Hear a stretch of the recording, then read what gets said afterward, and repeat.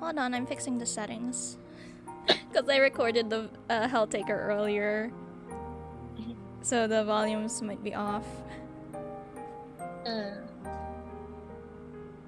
Anyway, hello! My name is Siki. Wow.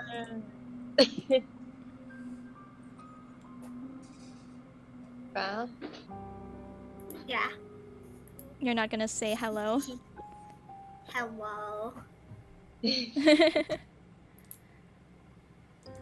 That's Val. And Yes. me, Graden. Yay! So, we're continuing the theme of bedtime story until I finish this game. Yes. So, we have like 2 more streams after this because there's like another route. And then there's the sequel, which I don't know how long it is. So, yeah. Okay. You not need to pay for the sequel? No, it's free on 𝐋𝐸. Oh, dang. This one is also free. It's both on 𝐋𝐸 and Steam. So, if you should go play this game, but it's okay if you don't because I'm reading everything anyway. Well, most of it. Okay, let's continue. Your eerie dreams notwithstanding, you sleep more comfortably than you had anticipated. When you awake the following morning to the sweet chirping of birdsong, you feel well rested, albeit woozy. Your head is aching. It is nothing, however, that a cup of hot tea cannot fix.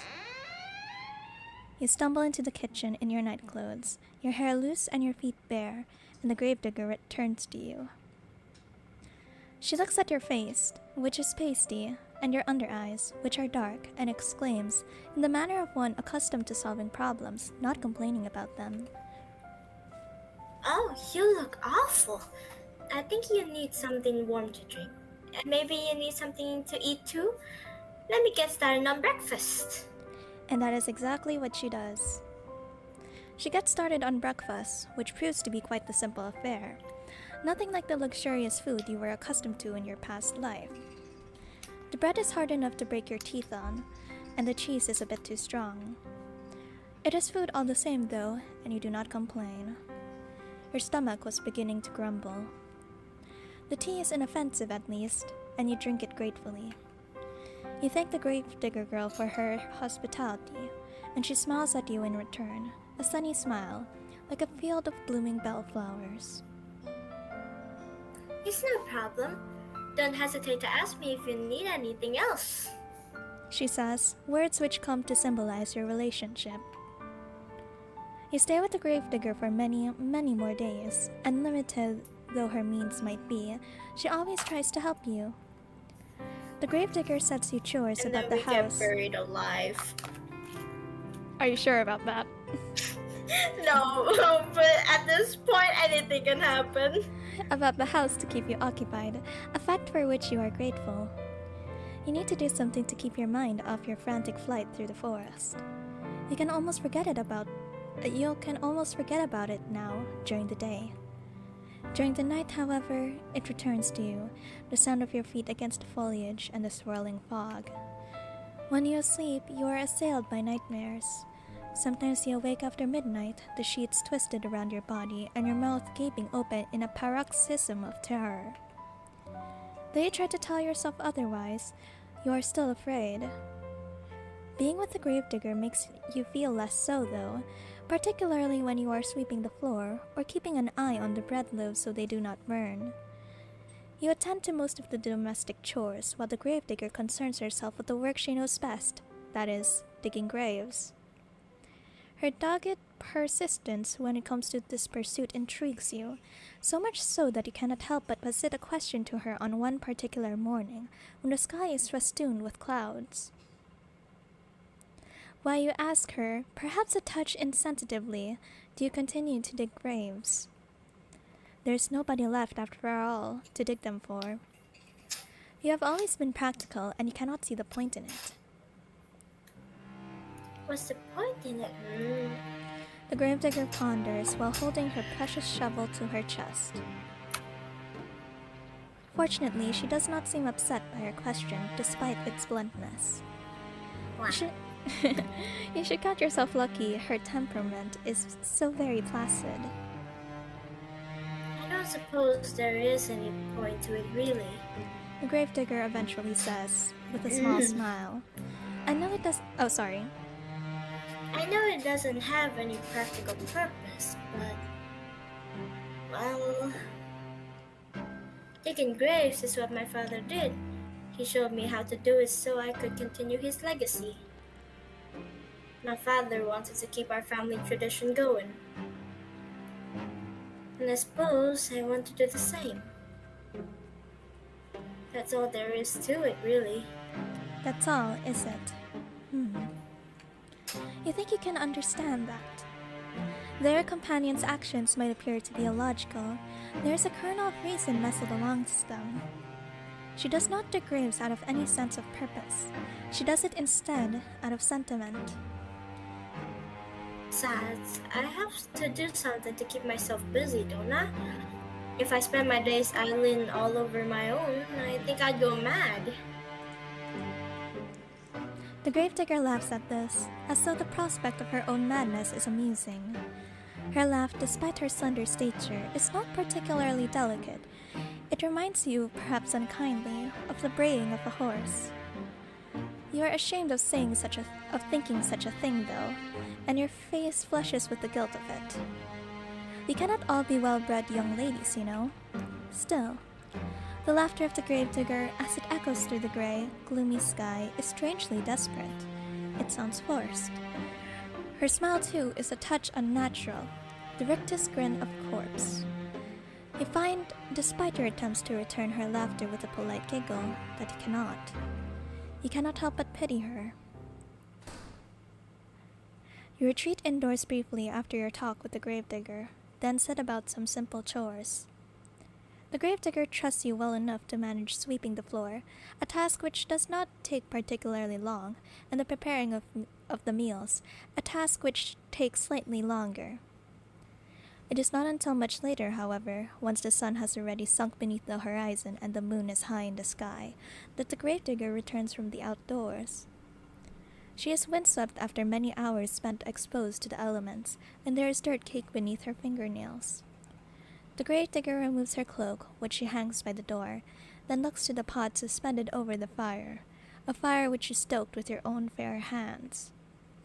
The scent of cooking food, that of garlic and onions, fills the air, suffusing the interior of the kitchen in a homey aroma which makes your stomach rumble. Taking stock of this, the gravedigger smiles at you, a toothy smile which, despite her status as a lowly peasant, is surprisingly clean and bright and white. Thank you so much, dear one. Oh my gosh, she also calls us dear one? Damn. There's nothing like returning home after a day's work to find dinner's already prepared. Now, let me give it a test. The gravedigger dips a She's not- spoon. She makes it sound like they're married. Might as well be, there's no one else around, and there's a church. The gravedigger dips a spoon into the soup, then brings it up to her lips. She blows upon it. Then she places the spoon in her mouth, the wooden utensil clacking against her teeth. You observe this with a touch of anxiety. Will she like the food which you have prepared for her? You have cooked for her before in the past, and she was always very complimentary of your efforts. Cooking is not your forte, however. You never had to concern yourself with it, really, growing up in relative comfort as you did. To think that you enjoy this rural, rustic mode of existence is more than you did any of the privileges of your past life. At least now with the gravedigger, you have a steadfast friend, a staunch ally.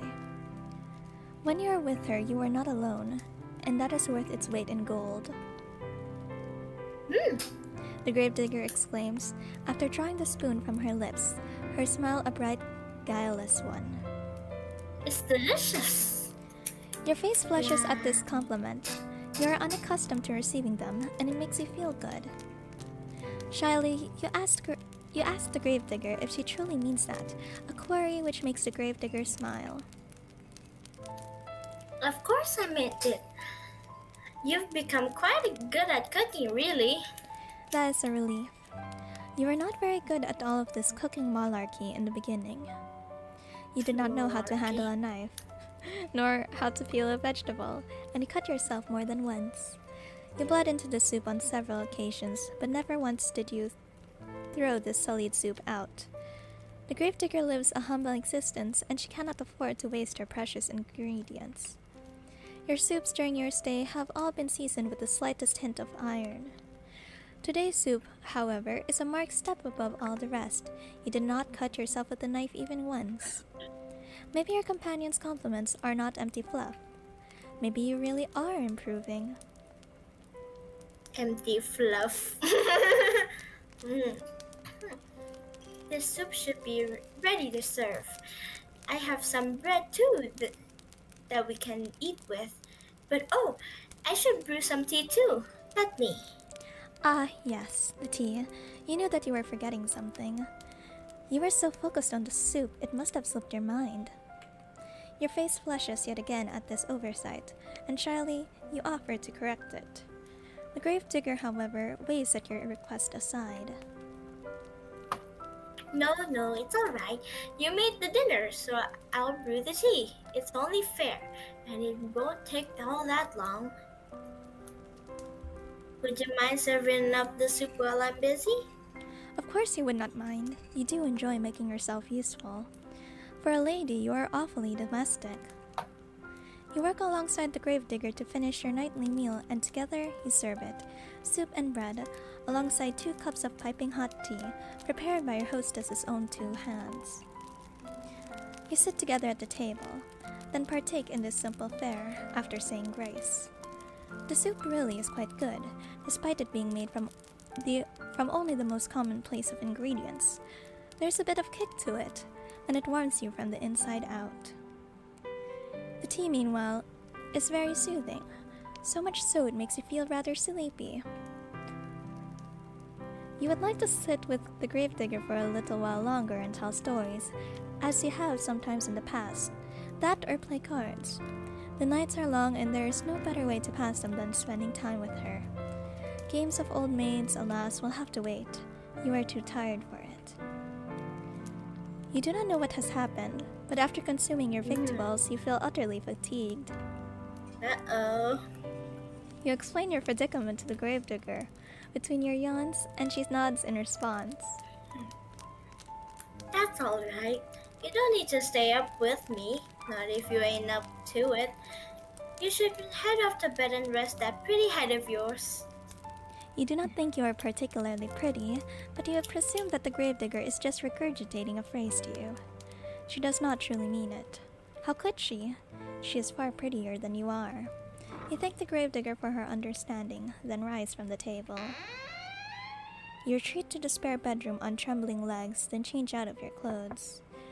You have only just slid into your nightgown when you hear the rapping of knuckles upon your door, light and unobtrusive. This rapping could, of course, belong to but one person. It is the gravedigger, come to check up on you. I'm sorry, The gravedigger says, her voice soft. but you rushed to your rooms so soon after eating. I couldn't help but worry about you. Would you mind if I took a look at you? I just want to see if you're alright. The gravedigger is trying to keep her voice steady, but you can hear it wavering regardless. She really does sound concerned, so much so she could very well be on the brink of tears. You do not want her to cry for you. You would feel horribly guilty if you upset her, even inadvertently, given all that she has done for you. You bid the gravedigger entry into your room, therefore, without further delay, an invitation she hastens to take. The door swings inwards with a creak, and there your hostess stands, still attired in black, her clothes a stark contrast to your pure white, well, off-white nightgown. The gravedigger looks at you, seated in bed with your hair freed from your usual braids, and exhales. Is that relief, you wonder, playing about her face? But why? What was she expecting to see exactly before entering your bedchamber? He got the plague. Thank you for letting me in. The gravedigger says, toying with her fingers. How do you feel? Not too terrible, you reassure her. There are no particular problems with your health. You just feel tired. Are you sure you're not sick? Your face does look a bit pale. That would be nothing out of the norm. You are always pale. True. Now, is there anything I can do for you? Would you like something warm to drink, or maybe a hot brick to place in your bed? It should keep you warm. You appreciate your hostess's thoughtfulness, but you reassure her that this won't be necessary. You'll be fine. I hope so. I thought that about my father too before he... The gravedigger begins, but her voice soon trails off. She does not finish that thought. She does not need to. You know now what she is thinking of before she entered your bedroom. Cold, clammy skin, a sweating brow, rank, oozing pustules. You think upon these symptoms, which are eerily similar to those recounted during the Great Plague which once beset your own country, and you shudder. If you don't want anything, then I'll be on my way. The gravedigger says. But before that, this was just a fancy on my part, but I was wondering, would you mind if I brush your hair for a little while? Your hair? That's right. It's such a pretty shade of red is all, I just thought. Well, it's just a fancy, really.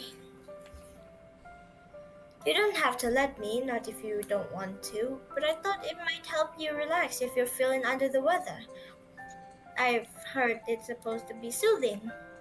That is what the gravedigger says, but you have the distinct feeling that she is the one looking for solace here. She is not quite so selfless, perhaps, as she would like you to think. But she has been so very good to you, and has done so very much for you, that you do not want to begrudge her this small self-indulgence. You'd rather think she deserves it. You agree, therefore, to her request, and upon doing so, you are certain you have made the right choice.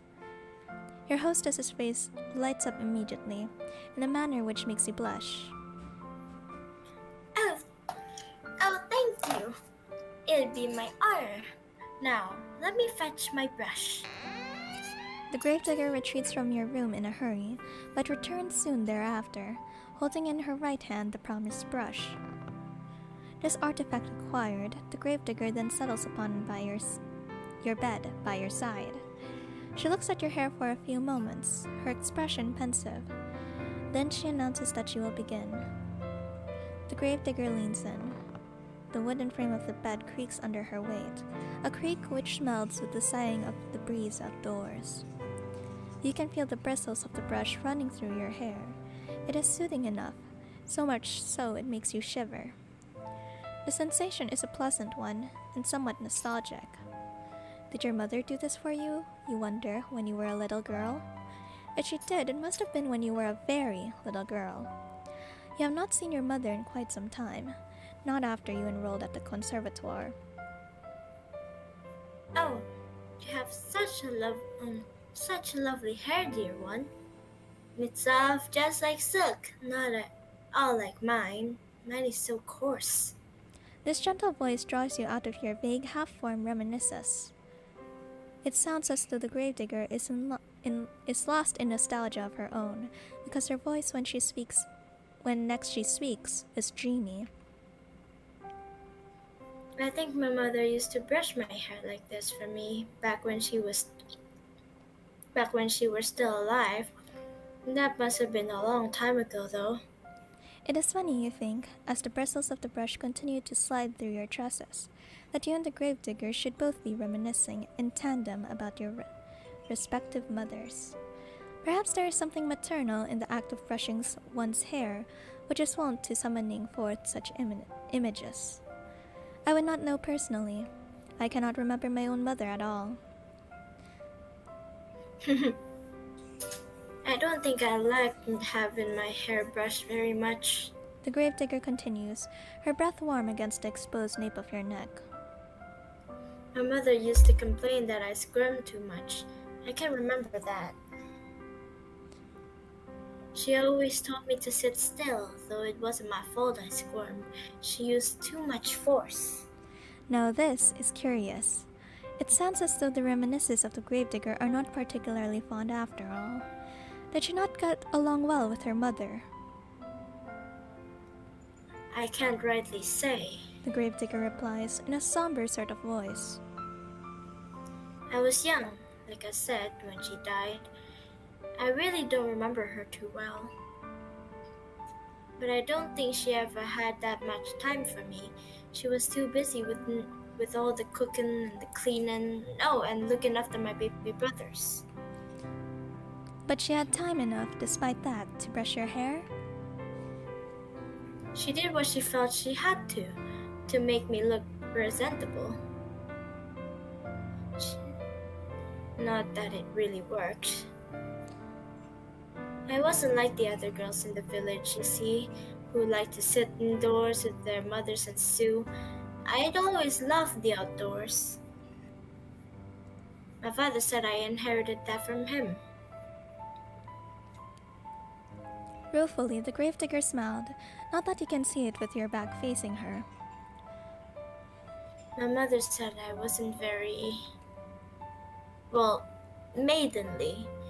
She didn't like that I always traipsed around outside after my father, watching as he dug graves. She said it wasn't appropriate, like I was some sort of a princess wearing a fine dress. The gravedigger snorts. I used to get a bit muddy, yes, and maybe I did get burrs in my clothes and knots in my hair, but it shouldn't have mattered. It's not like I ever had any hopes of marrying a prince, no matter what my mother said. But still, she hoped.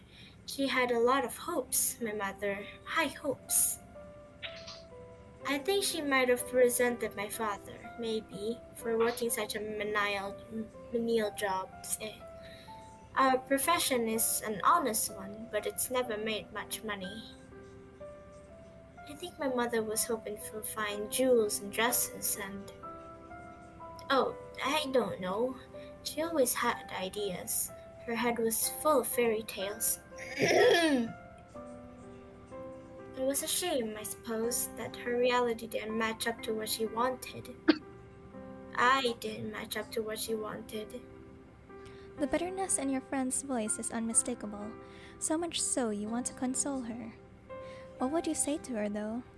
You never met your companion's mother. You never will either. Her cold inert body has been lying in the graveyard, buried beneath a tombstone for over a decade. You have no way of ascertaining whether your companion's mother truly cared for her. You do have intelligence, though, however, to understand that poorly thought-out condolences can cause more harm than good. You would not like it if people tried to reassure you that of course your father loved you really. If he loved you, then why did he send you away from home? Why did he never send you any letters? You know he was worried about his finances, but that seems a poor excuse to pretend that his only daughter did not exist. As for your own mother, meanwhile, she was nice, at least you think she was, but she was woefully ineffectual. Though she was nominally an adult, she always cleaved before your father's judgment. You think that she was afraid of him. You do not try to tell the gravedigger, therefore, that her mother loved her, that she must have done, else she would not have given birth to her. Instead, you sit there, letting the brush run through your hair, and you say quietly that you understand. Sometimes you feel like a disappointment yourself. Well, The gravedigger says, after a pause. I'm glad I'm not the only one. Guess it happens to all of us. You guess so. Parents are only people after all. While one would hope one's parents would be kind and attentive, they too can fall victim to caprices of their own. Just because one has brought a child into this world, it does not mean one will be able to take care of it properly. Not all parents are responsible, just as not all people are responsible. It is a painful subject. Oh well, it's alright if my mother never liked me, or even if she never loved me. I know my father did, and that's all that matters. He was always there for me, no matter what. Your companion's voice catches in her throat. She winces. At least until he wasn't. He died, and I didn't do a thing to help him. Your companion's shoulders are beginning to shake. You still cannot see her, but you can feel her body convulsing. You can sense her loneliness rolling off in waves. It is all-consuming, like the waters of a deep, dark ocean. Grief anew pierces your heart, not on your behalf, but for the sake of your benefactress. She does not deserve to suffer so much. This you have no qualms with telling her. You turn to face her and pluck the brush, which has been hovering in the air, inert, from her fingers. Then you let her know that her father's death was not her fault. What could she have done? She could not have cured his illness. I know, but I can't help but think, what if? I keep racking my head over and over trying to come up with something. But I can't think of anything, and even if I could, it's too late. He's already dead. He's dead and buried. I buried him, and now I'm all alone. She might have been alone, you tell the gravedigger, but she isn't alone now, not anymore. How can she be when you are there? I know that. I know, and I'm grateful, but I don't know if I deserve it. Why would she not deserve your company? You do not understand. Because I couldn't do nothing for nobody. My father always looked out for me when I was a little girl, but when he needed me the most, I failed him. I failed everyone. All of the villagers, all of my friends, all died. What would I do if the same thing happened to you? I don't think I could bear it. I don't want you getting sick too, not when I care about you so much. I thought I'd gotten used to being on my own, but now that you're here, it's making me worry all over again. I've been worrying so much I can't sleep from it. I'm scared. Your companion's voice catches in her throat. Then she collapses in on herself. She leans forwards, her arms wound about her middle as if to steady herself, and she cries. She cries and she cries and she cries. For a few moments, you look at the gravedigger, unsure of what to do. Her pale face, streaked with silvery tears, seem to flicker in the candlelight. Her shoulders, which seem too slender to bear the cumulative weight of all the sorrow she has endured, are shaking. Your fatigue continues to cling you, as insistent as the fog which rolls amongst the tombstones in the graveyard at night. You are not so very tired, however. You cannot offer your hostess some comfort. You do not know what you can say to console her. You feel too weary to think of pretty sophisms. But there is something you can think of. You would not typically be so bold, of course, but you are tired enough for once to throw caution to the wind. That and the tears of the gravedigger are awfully arresting. You open your arms, and before the gravedigger can pass comment, you pull her to your chest. Pretty art. Pretty art. Yes.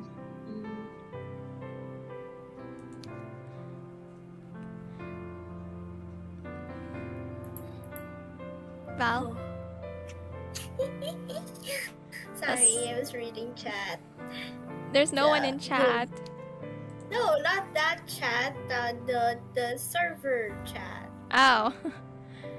A soft exclamation escapes the lips of the gravedigger, quieter than the sound of wintry snow as it brushes to the ground. Then there is nothing. The gravedigger is stiff in your arms for a few moments, like the corpses she and her father used to seal away inside their wooden coffins. She is all wide eyes and awkward, pointed elbows, tears still coursing down her pale cheeks. You worry briefly as you told her that you have perhaps made a mistake. Were your attempts at consoling her too clumsy? You would not know. You have never been in a situation like this before. You have never consoled any friends before, because you have never had any friends to console. It is not so now, however. You are as far away from your own life as it is possible to be, and the gravedigger does not curse you for your impudence. Neither does she try to squirm away from you. Instead, she sits there, still as a statue, cradled in your arms. Oh, I'm very sorry to show you something so embarrassing. It's just, I get so lonely sometimes. Until at long Title drop and credits. Let's go, people. Until at long last, with a breathy sob, she lets the full weight of her body fall against yours. You run your hands against your sobbing companion's shoulder, blades in her back, and gently you soothe her.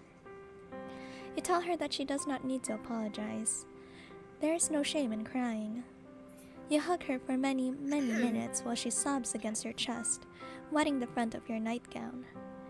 No further words pass between you that night, but they do not need to.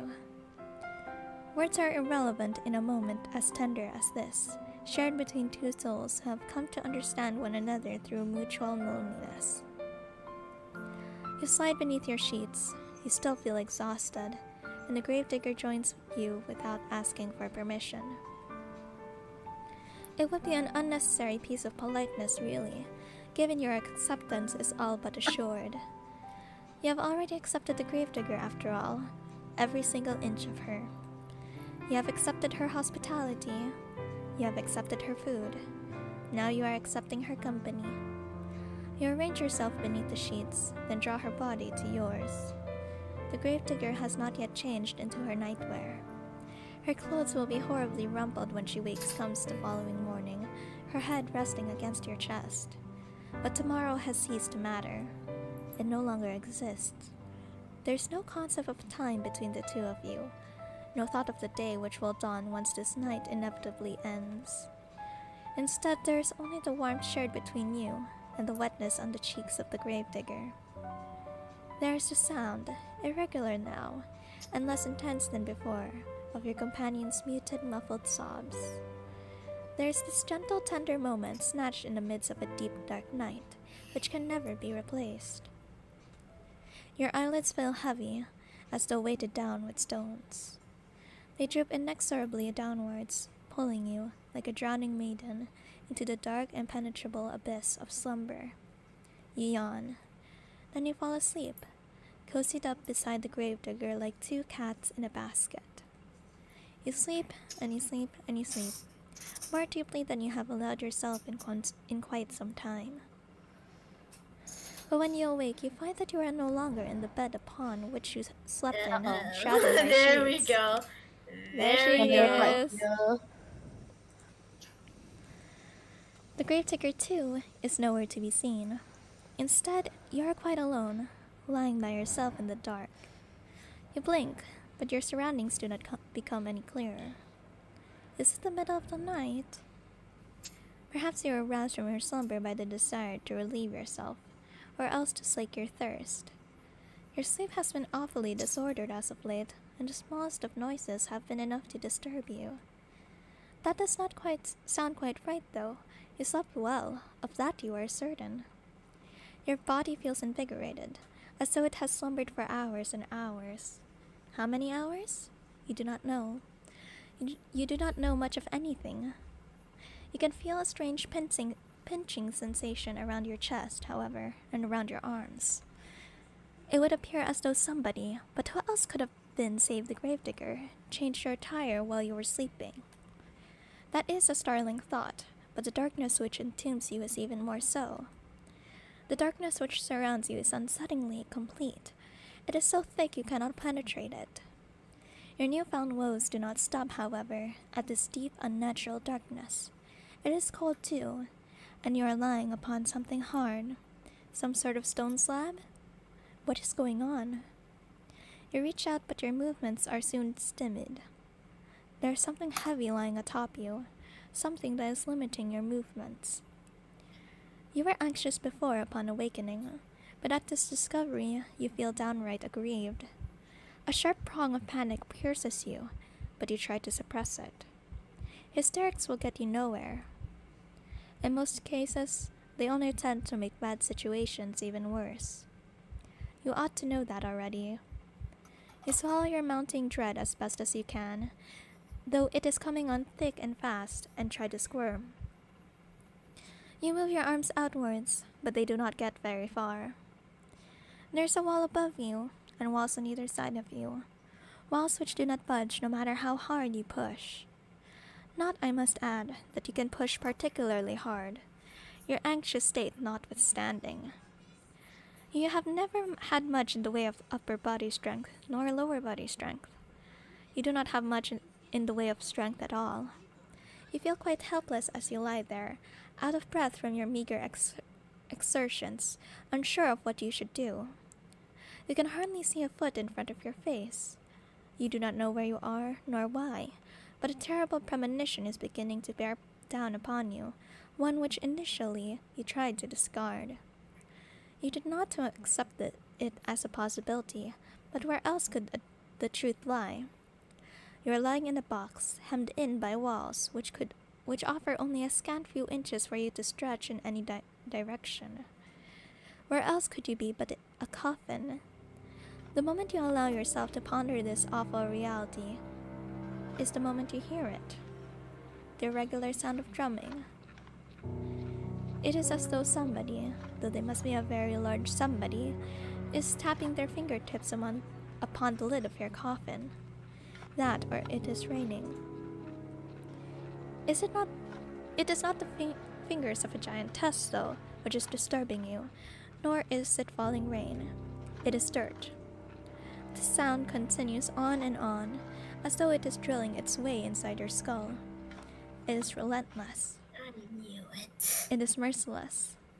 I knew it. Like the ticking of a great celestial clock, it cannot be stopped. Your time is almost running out.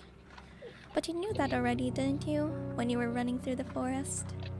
You ought to have known, silly thing, that you could not outplace your destiny forever. Sooner or later, it would catch up to you with you. You are stubborn, though, and you do not want to accept this. Not content to simply lie there, you cry out. You cry not for your parents, whom you hardly knew, nor for your school friends, for you never had any. Instead, you cry out for your new companion, the girl with whom you have been living, and with whom you shared one precious, cherished moment. You cry out for the gravedigger. Surely this is some manner of mistake?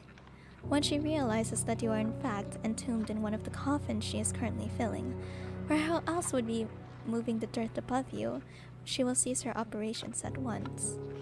She will pull you out of the darkness back into the world of the living, and then she will hold you close. She will embrace you.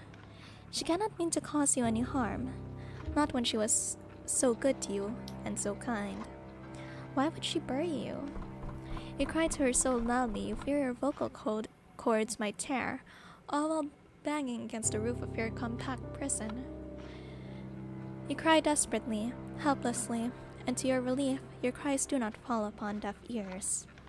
The sound of the falling soil stops, albeit briefly. Then you hear a voice. The voice is very faint, given it is being filtered through your coffin's sturdy lid, but you recognize it. So, you're awake then, are you, dear one? The gravedigger says. She sighs. Then she says in a perplexed sort of voice, Now that is a pickle. I was hoping you'd be asleep for A couple hours more, so the last time we spoke would have been on the better terms. If you keep screaming like that, I'm gonna feel bad. Your companion's words, though distant, are unmistakable.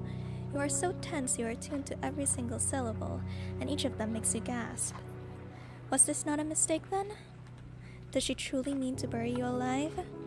You posit this question to the gravedigger as best as you can, trying to keep the tremors from your voice as you do. Perhaps you think in your optimism that if you do not let her know how afraid you are, she will reward you for your bravery and let you go. If this is what you are hoping, though, it is in vain. That's right. You really do catch on quick. So it would appear she really has committed to the task of burying you. What an unfortunate turn of events. Why, though, would she do such a thing? You thought that she was your friend. We are friends. The gravedigger says, her voice still worryingly offhand, worryingly empty. I'm very fond of you. There's nobody dearer to me than you. I've had a really good time with you these last... how long has it been again? I don't remember. Neither do you. Well, if this little detail has slipped both of your minds, it can't be all that important. You have other things to worry about. If you really are friends, you say to the gravedigger, then what does she hope to gain by burying you? You do not understand, but you understand her reply even less. Well, here's the thing. The gravedigger says in a reasonable sort of voice, as though burying somebody alive could ever be thought of as a reasonable action. I've been digging graves for a long time, see? You cannot see, it is too dark, but you affirm that you do all the same. Well, I was digging all these graves, but I've not had anybody to put them in not for ages. It was rather sad. You think you know where this train of logic, twisted though it is, might be going, so you do not interrupt her. You know no good would come of it. All you can do for the present is lie there and listen. I was thinking I'd never find another person to bury in this godforsaken village, not after the plague messed everything up. I was getting desperate. Until you came along, that is. Now that I have somebody I can bury, I'm not gonna let the opportunity pass me by. I'm sorry, but this is just part of my job. It's what my father taught me to do. It's all I know to do. I buried my mother and I buried my father. I buried all my friends. Now I'm gonna bury you too. It is sound logic in a sense. As the daughter of a gravedigger, digging graves is her job, but something about it rankles you. If only you could put your finger on it. Ah, yes. There's a bit of a flaw with her reasoning, is there not? You are not dead after all. You might not be dead now, The gravedigger says, in response to your ingenuity. but you will be if given enough time. I mean, everybody else I've ever known died. Who's to say you wouldn't be next? It seems rather more likely that you will die, and quickly if she persists with her poorly thought out plan to bury you. Your coffin is not very large. It affords you precious little space. Eventually, if trapped within it for long enough, you'll run out of oxygen, then you will suffocate. That or you will starve to death. Either way, your demise will be a slow, painful one. You are unsure which death could be worse, though given how precarious your situation is, you do not wish to expend the necessary energy needed to ponder it. You need to plead with the gravedigger, and quickly, while she is still here. You tell her tearfully that you would not leave her. Why would you? You try to sound as convincing as your disordered nerves will allow, but the gravedigger remains unmoved. You say that. She says, But how can I know you're telling the truth? I thought you said you were a traveler. They never stay put in one place for so long. You'd get sick of me before long, then you'd leave me. This way, at least, I can be sure that we'll always stay together. If I bury you like I did the others, we'll never be far apart. I even took care to put you in a nice spot close to my home, so you're only a stone throw away, really. Isn't that nice? Privately, you think that the gravedigger has a different conception of the word nice to you. You do not say this, however. You cannot say much of anything because the panic has begun to set in. It is choking you, stopping up your throat so you can only cry. You scream. You beg and you plead, but it does little good. The gravedigger has already buried her mother. She has already buried her little brothers. She has even buried her father, whom she loved above all else. She thinks by burying you, she is doing unto you an act of great kindness. You think that she is going to kill you. In a sense, you are both right. Your opinions are so diametrically opposed on this matter, however, that you will never be able to find any common ground. You might as well save your screaming. She will not listen to you. She is beyond listening. Shush, shush, dear one. Says the gravedigger, very gently, just as gently as she spoke last night when she confided in you in all of her fears. It won't be so bad, really. Nothing will be able to hurt you down there. It'll be just like going to sleep for a really, really long time. You can rest, and while you rest, I'll tend to you. I'll plant flowers on your grave. You like that, wouldn't you? This way, we can always be together. And I'll never be lonely again. While the gravedigger speaks, she begins to pile even more soil onto the roof of your coffin. The sound of dirt on top of you, on your arms, your legs, and your head, conceals your companion's final words. You cannot hear her. You cannot hear anything beyond the sounds of dirt, and the scrapings of the shovel, and her own desperate, frantic screams. You scream and you scream and you scream without cease, until your throat feels hoarse, but your efforts are in vain. You hammer on the lid of the coffin, which has as much strength as you could muster, but the lid of the coffin is nailed shut. You are in no position to remove it.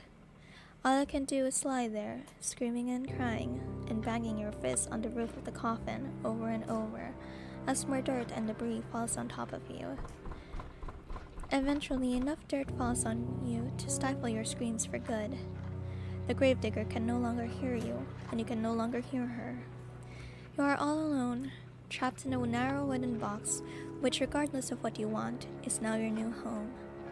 You can smell the soil in the backs of your nostrils when you inhale. It is so potent you can taste it on your tongue. You can taste the eventual inevitable decay of your own body. You will remain trapped here, underground, forever and ever. Or to use less melodramatic terms, until the last of your energy escapes you and you succumb to your own slow suffocation. It isn't a very pleasant way to go. But you'll forgive me if my sympathy is limited. You did bring this upon yourself, you know. You reap what you sow, and in your case, you made a series of bad decisions which led to your untimely demise. Now, what do you want to do? Will you accept this fate of yours and rest in peace, or will you try to fight against it? Here we go again. Okay, bad end or what? How about we just do what we did last time? Okay, bad end first. Accept. Yes, I thought you might say that. You might have defied me once before, but I can see that fire has long since begun to leave your eyes. You have been subjected to too many horrors for one so young. Though even if you were of a more advanced age, I fear your faculties would have begun to fail you regardless. Humans are not meant to die as many times as you have. They're supposed to pass on only the once. You have experienced something few others have. In that sense, you are quite fortunate, but I suppose it does not feel like it. I can see how very tired you are, but worry not. I will still be here for you, even though you have been shut far away far too soon inside your own tomb. I shall never leave you. We did make a contract after all. The world might have forsaken you, but I never will. I will never leave you. You will never be lonely again. Yay. Yippee. Then we go back. Yes, we can go back.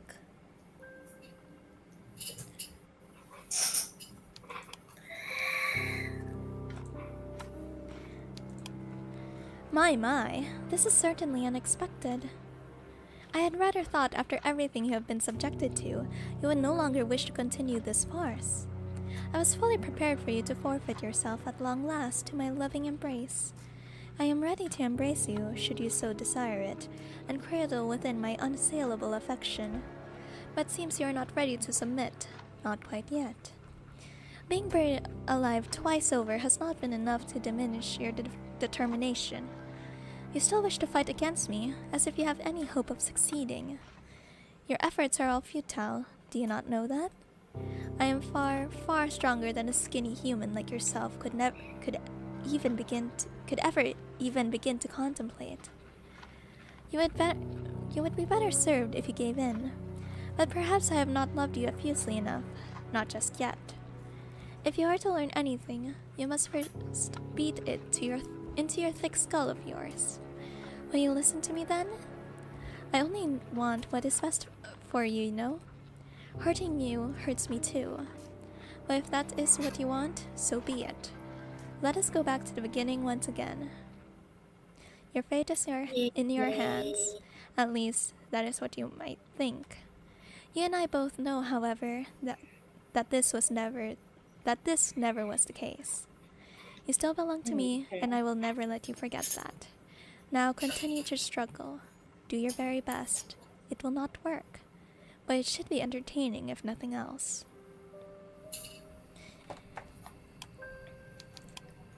Okay, so final round. So it's been 52 minutes.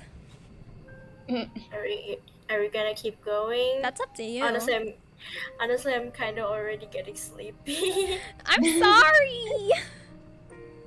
Damn. It's not that late yet, though. Yeah, it's only 8. But the story is making me sleepy. Yeah, it really is bedtime story. We can end stream here and like continue tomorrow evening. True. Yeah, true.